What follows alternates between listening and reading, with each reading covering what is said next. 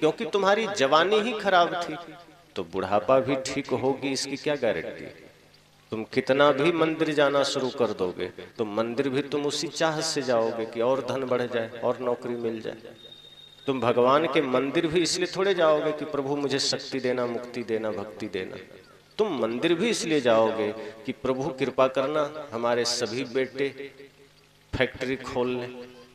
तुम इसलिए मंदिर जाओगे कि हमारे घरों में और सोना चांदी आ जाए, कि हमारे बच्चे नौकरी में चले जाएं, कि हम दिल्ली मुंबई में जमीन ले सकें, फ्लैट ले सकें। तुम इस कामना से मंदिर जाओगे तो तुम्हें आयु भी मिल जाएगी। तो तुम इस दृष्टि से मंदिर जाओगे कि हे प्रभु कृपा करना, मुझे और संपत्ति दे दो, और ऐश्वर्य दे दो, और धन दे दो। और अंतिम तक तुम यही करोगे, क्योंकि जवानी में तुमने यही किया। अब जैसे मान लीजिए हरिद्वार में ही गंगा नदी गंदी हो जाए तो कानपुर, प्रयाग और पटना में साफ हो जाएगा क्या? वहीं से उसमें गंदा नाला मिला दिया गया है, तो हरिद्वार के बाद जहां जहां जाएगी वो गंदगी साथ जाएगी। साफ करना है तो हरिद्वार में ही साफ करना पड़ेगा। तो जिसने अपने जवानी को ही गंदा कर लिया है, बहुत मुश्किल है कि बुढ़ापे में जाके वो ठीक हो सके, बहुत मुश्किल। कोई कोई विरला है जो जाके क्लियर हो पाता है, साफ हो पाता है, वरना वो आसक्ति, वो कामना और प्रबल हो जाती है और वो मोह और विराट रूप ले लेता है, और बुढ़ापे में आते आते उसका माया जाल और विस्तार हो जाता है और विस्तृत हो जाता है। सदगुरु संत इसलिए कहते हैं कि अब जाग जाओ, अब भजन कर लो, अब सत्संग कर लो। सदगुरु कबीर ने इसलिए कहा, सो मोरे मन कब भजी हो सतना, सतना कब भजी हो सतना। सदगुरु ने कहा कि कब भजी हो सतना, प्रश्नवाचक चिन्ह है इसमें। संसार के सारे झूठ को तुमने पकड़ रखा है, सत्य को कब पकड़ो। एक एक अवस्था ढलती जा रही है, एक एक क्षण मृत्यु के निकट हम जा रहे हैं और होश नहीं।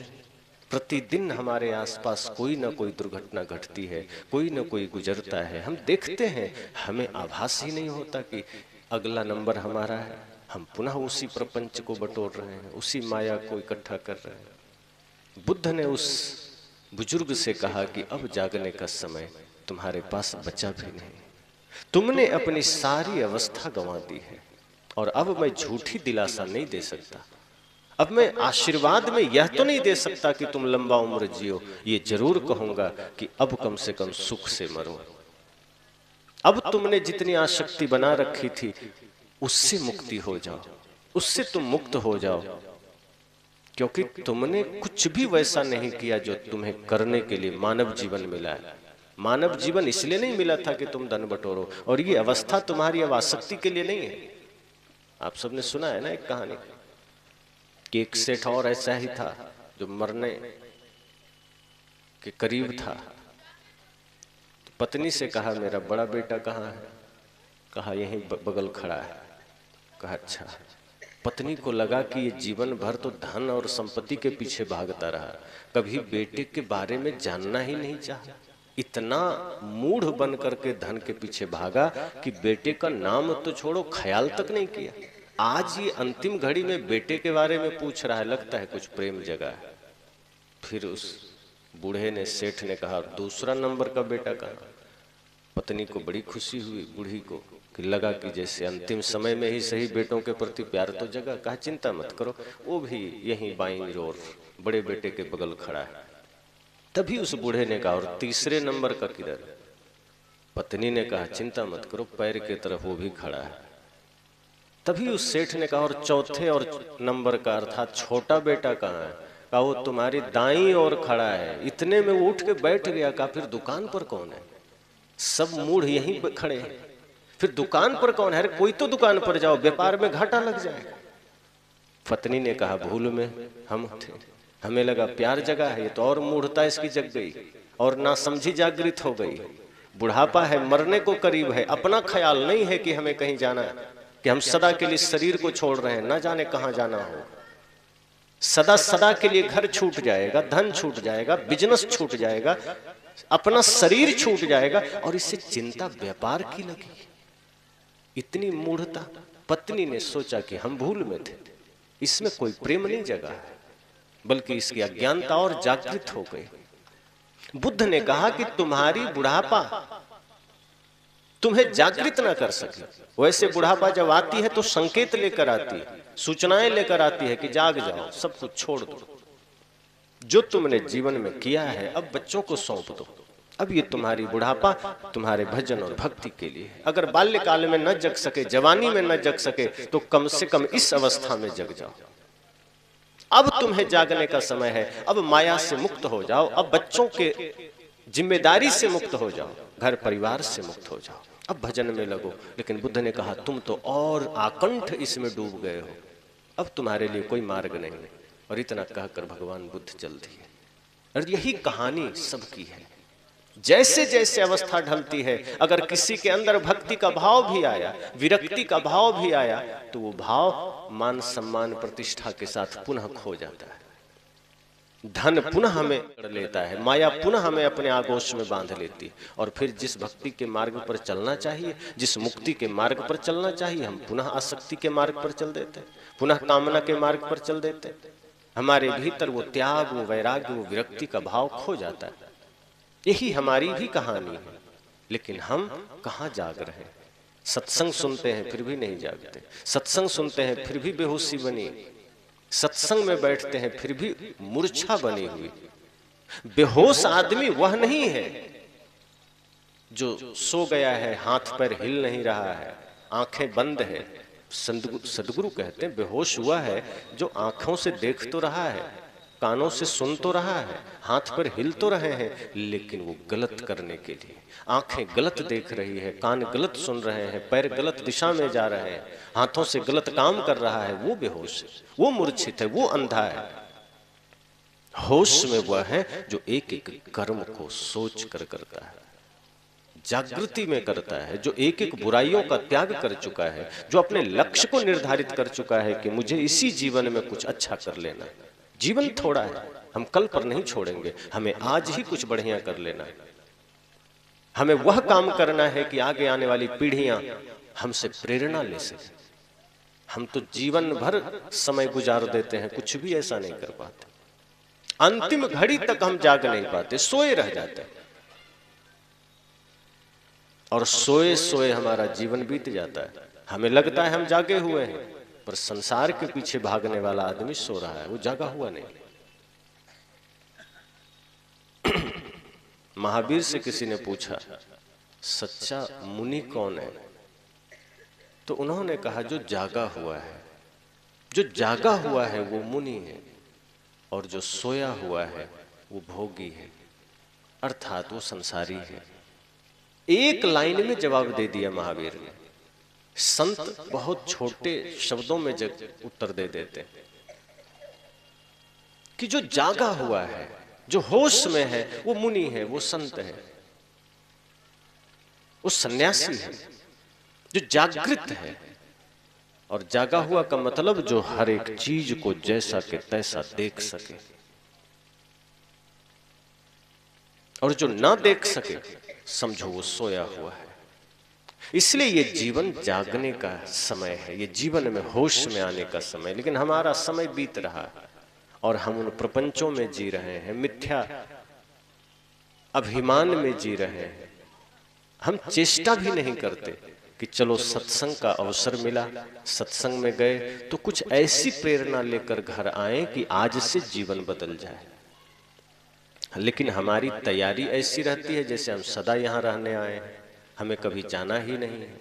इसलिए हम सोचते हैं कि अरे क्या जल्दी, सत्संग करेंगे 10-20 साल बाद, 50 साल बाद, अच्छा काम बाद में करेंगे, पुण्य का काम बाद में करेंगे, धर्म का काम बाद में करेंगे। गुरुजन कहते हैं अभी कर लो ना। और अच्छा काम करने के लिए कोई अलग से समय थोड़े चाहिए, सत्संग करने के लिए कोई अलग से समय थोड़े चाहिए, ध्यान करने के लिए अलग से समय नहीं चाहिए। सत्संग तो कहीं भी हो सकता है। जैसे आप यहाँ 2-4 घंटे बैठे अब यहां से जो प्रेरणा आप लेकर घर जाएंगे तो घर में रहते हुए सत्संग हो सकता है, अलग से नहीं चाहिए इस समय कि हम जीवन भर पंडाल में बैठे रहें। यहां बैठना सत्संग बस नहीं है, यहां बैठना सत्संग कैसे करना है उसकी प्रेरणा बस मिलती है। यहां जो हो रहा है ये वास्तव में सत्संग नहीं है, यहां सत्संग कैसे किया जाए उसकी प्रेरणा मिलती है। सत्संग आप घर में करिए, और घर में कैसे करेंगे? जब घर जाइए तो आप एक एक कर्म को पूजा बना लीजिए। आप जिनसे भी बात करिए आपके भीतर ये भाव आ जाए कि मेरे सामने कोई भी है, उसी में परमात्मा बैठा है। माता पिता में परमात्मा को देखिए, भाई में परमात्मा को देखिए, पत्नी में पति में परमात्मा को देखिए, बच्चों में नंद गोपाल कृष्ण को देखिए। जब आप एक एक प्राणी में परमात्मा को देखेंगे समझना आपका सत्संग हो गया। जब आप एक एक कर्म को पूजा बना लेंगे, आपको झाड़ू लगाने का अवसर आ जाए। अब जो आदमी मंदिर में झाड़ू लगाता है और घर आता है तो कचरा सामने पड़ा है नहीं लगाता है। जो आदमी मंदिर में जाके मूर्ति को खूब रगड़ रगड़ के धोता है, लेकिन घर आने के बाद जूठी थाली पड़ी है हाथ भी नहीं लगाता, मक्खी भिनभिना रही होती। पूजा वह नहीं है जो आप मंदिर में करते हैं, पूजा वह है जो आप घर में करते हैं। अगर घर में आपने झाड़ू लगा लिया पवित्र मन से, वो पूजा है। बर्तन धो लिए वो पूजा है। शौचालय साफ कर लिया पूजा है। आप भोजन बना लिए वो पूजा है। अब भगवान के मंदिर में आप भोजन बना के ले जाते हैं प्रसाद भोग लगाने के लिए, तो बड़े ही रच रच के बनाते हैं, बड़े भाव से। और जब अपने परिवारजनों को खिलाना हो तो गुस्सा में बना के लो खाओ, थे कोई भाव नहीं है, कोई प्रेम नहीं है। सदगुरु कहते हैं आप सत्संग घर में ले जाइए। आप जब भोजन बनाइए तो ये भाव रख के बनाइए कि जिनके लिए भोजन बना रहे हैं वही हमारे परमात्मा है। और इस भोजन में मसालों के साथ साथ प्रेम श्रद्धा भी पड़ना चाहिए। जब श्रद्धा भाव भक्ति से आपका भोजन बनेगा वो भोजन प्रसाद बन जाता है। जैसे भोजन का भी 3 रूप है, खाना भोजन प्रसाद। तो जहां तहां जैसे तैसे बना दो, गंदगी के साथ वो खाना है, और थोड़ा सफाई करके बनाओ भोजन है। लेकिन अगर पूरा श्रद्धा भक्ति प्रेम में बनाओ प्रसाद बन जाता है।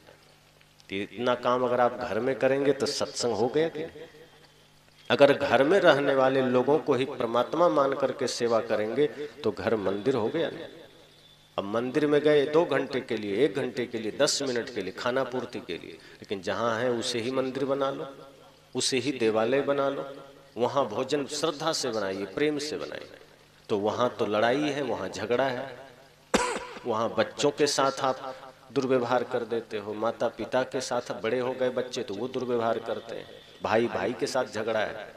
सदगुरु कहते हैं नहीं, सत्संग आपके जीवन में घटित होगा तो फिर ये प्रतीक्षा नहीं करनी पड़ेगी कि पंडाल में जाएंगे तो सत्संग होगा, कि पंडाल में जाएंगे तो भजन होगा। आपके घर में भी सत्संग हो सकता है, बाजार में भजन सत्संग हो सकता है। मान लीजिए आप दुकानदार हैं और ग्राहक आपके सामने आ गए, तो अगर आप सत्संग के साथ वहां बैठे हैं तो ग्राहक को आप चूना नहीं लगाएंगे, नहीं तो आप चूना लगाएंगे बढ़िया से कत्था मिलाकर।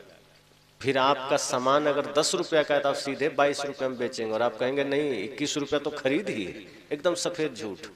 लेकिन अगर आपके अंदर यह भाव है कि हम सत्संग में से आए हैं, यहाँ भी सत्संग है, तो 10 का सामान है तब ज्यादा से ज्यादा कहेंगे 15 मिले, वाजिब मुनाफा आप लेंगे। आपकी जो मेहनत है मजदूरी आप लेंगे, लेना भी चाहिए, पर अनर्गल नहीं लेंगे। आप दूध निकालेंगे, प्योर दूध आप लोगों तक पहुंचा देंगे। और सत्संग साथ में नहीं है तब क्या करेंगे? 5 किलो दूध है तो उसमें 4 किलो पानी डाल देंगे और ले जाके बेच देंगे, तो 5 किलो की जगह 9 किलो का पैसा आपको मिल गया। तो घर में भजन नहीं, लोगों के बीच भजन नहीं, लेकिन वही आदमी मंदिर जाएगा तो भगवान की बड़ी पूजा करेगा। अच्छा, मंदिर जाता है तो शुद्ध दूध लेकर जाता है, वहां पानी मिला के नहीं ले जाता, जबकि भगवान को पीना भी नहीं। लेकिन असली भगवान जो है समाज, वहां ले जाता है तो बढ़िया से पानी मिला लेता है। और कभी कभी तो मैं देखता हूँ, 1-2 बार मेरी नजर पड़ी है बिहार में, वो बड़ा बड़ा कैन लेकर जाता है, तो घर में अगर पानी नहीं मिला पाया तो रास्ते में कहीं अगर पानी दिख गया वही पानी भर लेता है। एक बार तो एक आदमी दूध लिया, उसमें मेढक निकला। कहा मेढक, ये शायद काल्पनिक हो सकती है बात, सुना है मैंने। तो कहा कि मेढक निकला, तो कहा 1 लीटर दूध में क्या हाथी निकले? तुम 1 लीटर लियो तो मेढक, मतलब मजाक किया होगा। लोग पकड़ लिए कि तुम इसका मतलब जहां तहां से पानी मिला के लाए हो। तो भजन कहाँ हुआ, सत्संग कहाँ हुआ? पंडाल में सत्संग कर लिए और जब घर गए तो सत्संग खत्म हो गया। सदगुरु कहते हैं जीवन होश में जियो और सत्संग 24 घंटे करो। सत्संग कोई क्रिया नहीं है जो 2 घंटे किया और हो गया। सत्संग अवस्था है जो 24 घंटे जीवन में होना चाहिए। ध्यान भी क्रिया नहीं है। जब भी कोई चीज क्रिया हम बना लेते हैं तो वो बाह्य रूप में चला जाता है, बाहर चला जाता है, फिर उसका हमसे संबंध खत्म हो जाता है। जैसे कोई आदमी श्वास लेता है तो श्वास कितना देर लेता है? कह सकते हैं कि नहीं नहीं अभी व्यस्त हैं, 1 घंटा नहीं ले पाएंगे श्वास, कि बहुत जरूरी काम में है, थोड़ा रुक जाओ, आधे घंटे बाद श्वास लेंगे। ऐसा कोई करता है? 1 मिनट भी ठीक से रोक लिया तो बहुत बड़ी बात है, वरना अगर ज्यादा रोका तो फिर राम नाम सत्य हो जाएगा। तो आदमी सोया हो, बेहोश हो, जगा हो, काम में हो, श्वास ले रहा है, कभी नहीं कहता कि आज बड़ा व्यस्त समय है, काम का समय है, श्वास नहीं ले। लेकिन सत्संग के लिए आदमी कह देता है कि क्या करें, बड़ा व्यस्त समय है, सत्संग के लिए समय नहीं, देखेंगे फिर बाद में कर लेंगे। सदगुरु कहते हैं तो सत्संग के लिए अलग से क्यों निकालना समय? जहां हो वहीं कर्म को पवित्र कर लो, जहां हो वहीं मन को निर्मल कर लो। और जब मन को निर्मल कर लोगे तो जहां जहां डोलो सो परिक्रमा, जो कुछ करो सो पूजा। फिर तुम खेत भी जाओगे तो परिक्रमा हो जाएगा, बाजार जाओगे वो भी परिक्रमा हो जाएगा। अब मन गंदा है तो मंदिर का भी 10 चक्कर लगा लोगे तो परिक्रमा नहीं होगा। अब मन गंदा है तो मंदिर में जाके धूप दीप बत्ती खूब चढ़ा लो, दूध चढ़ा लो, बेलपत्र चढ़ा लो, कोई पूजा नहीं है। अब मन निर्मल है तो बाहर तुम कुछ भी कर्म करोगे पवित्र मन से, वो पूजा है। तभी तो रैदास जी ने कहा कि मन चंगा तो कठोते में गंगा। उनसे लोगों ने कहा मंदिर चलिए, हम लोग पूजा करने जा रहे हैं। संत रैदास ने कहा कि मेरी पूजा यहीं हो रही है। तो जो पुजारी लोग जा रहे थे वो हंसे, कहा यहाँ ना बेलपत्र है, ना अगरबत्ती है, ना धूप है, ना बतासा है, ये कौन सी पूजा है?